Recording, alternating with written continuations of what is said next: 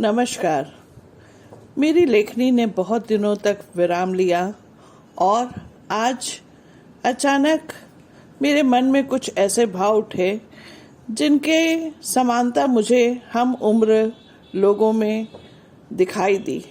मेरी लेखनी ने उन भावनाओं को लिपिबद्ध करने का प्रोत्साहन दिखाया और इसी से प्रेरित होकर आपके सामने मैं एक नई कविता लेकर आई हूँ। मुझे आशा है कि प्राय 50 से लेकर 70 तक की उम्र के समस्त लोगों में इन बातों को अवश्य देखा होगा, सहा होगा, अनुभव किया होगा। तो प्रस्तुत है मेरी नई कविता, हम कब जिएं। कभी कभी मैं अपने आप से एक प्रश्न पूछती हूँ, मेरे जीने की बारी कब आएगी।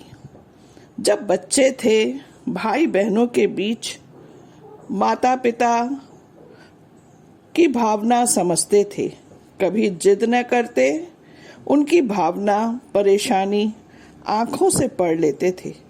अपनी इच्छाओं को पिंजरे में बंद कर चुपचाप उनकी बात मानना पहला फर्ज समझते थे। पालने से जो उनकी उंगली पकड़ी, मरण शैया तक कभी साथ न छोड़ा। अकेलेपन का एहसास कभी उन्हें हो तो स्वयं को गुनहगार समझते थे हम। आज भी हालात वही हैं। पहले जो हमें डांटते, आंखें दिखाते, वे हमारे गुरुजन थे, हमारे माता पिता थे। और आज यही काम भावी पीढ़ी करती है। घर का कोना आज भी वही है जहां हम अकेले होते हैं, प्रताड़ित होते हैं, रोते हैं।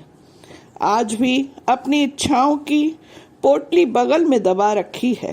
पहले डरते थे कि माता पिता की हैसियत नहीं उसे पूरा करने की। आज डरते हैं यदि इच्छा रखी तो बच्चे भिखारी ना समझ लें। जीवन चला गया इच्छाएं दबाने में। जब काबिल हुए तो बच्चों की परवरिश, मांगों और कामनाओं ने दबा दिया। सच है, अपने लिए जीने का अवसर ही नहीं मिला। आज मिला भी तो बच्चों पर सब कुछ लुटाकर हमारे हाथ खुल गए। अब तो कामना है सिर्फ एक जाने की, हे ईश्वर मुझे दोबारा कभी ऐसी जिंदगी न देना, और देना भी तो तटस्थ, देशभक्ति वाली, परिवार विहीन रखना। जीवन देना तो स्वच्छंद जीने का अधिकार भी देना। जीवन देना तो स्वच्छंद जीने का अधिकार भी देना।